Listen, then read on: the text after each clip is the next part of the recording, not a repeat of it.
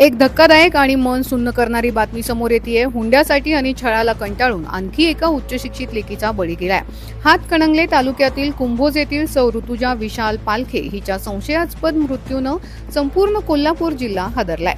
लग्नानंतर अवघ्या काही वर्षातच शेअर मार्केटमध्ये गुंतवणूक करण्यासाठी तब्बल 20 लाख रुपयांची मागणी आणि पहिली मुलगी झाली म्हणून सतत होणारा मानसिक आणि शारीरिक छळ, या नराधम सासरच्या लोकांनी ऋतुजाचा घातपात करून तिची हत्या केल्याचा थेट आरोप आता तिच्या माहेरच्यांनी केलाय। धक्कादायक बाब म्हणजे हेरवाड ग्रामपंचायतीनं थेट जिल्हाधिकाऱ्यांना निवेदन देऊन सर्व दोषींना तात्काळ गजाआड करण्याची मागणी केली आहे। पोलिसांनी पती आणि सासऱ्याला अटक केली असली तरी छळवणूक करणारे सासू, दीर आणि जाऊ अजूनही मोकाट का, असा संतप्त सवाल विचारला जातोय। ऋतुजाला न्याय मिळालाच पाहिजे। एका निष्पाप मुलीचं आयुष्य संपलंय, आता तरी कायदा कठोर होणार का, की अशाच प्रकारे आणखी हुंडाबळी जात राहणार?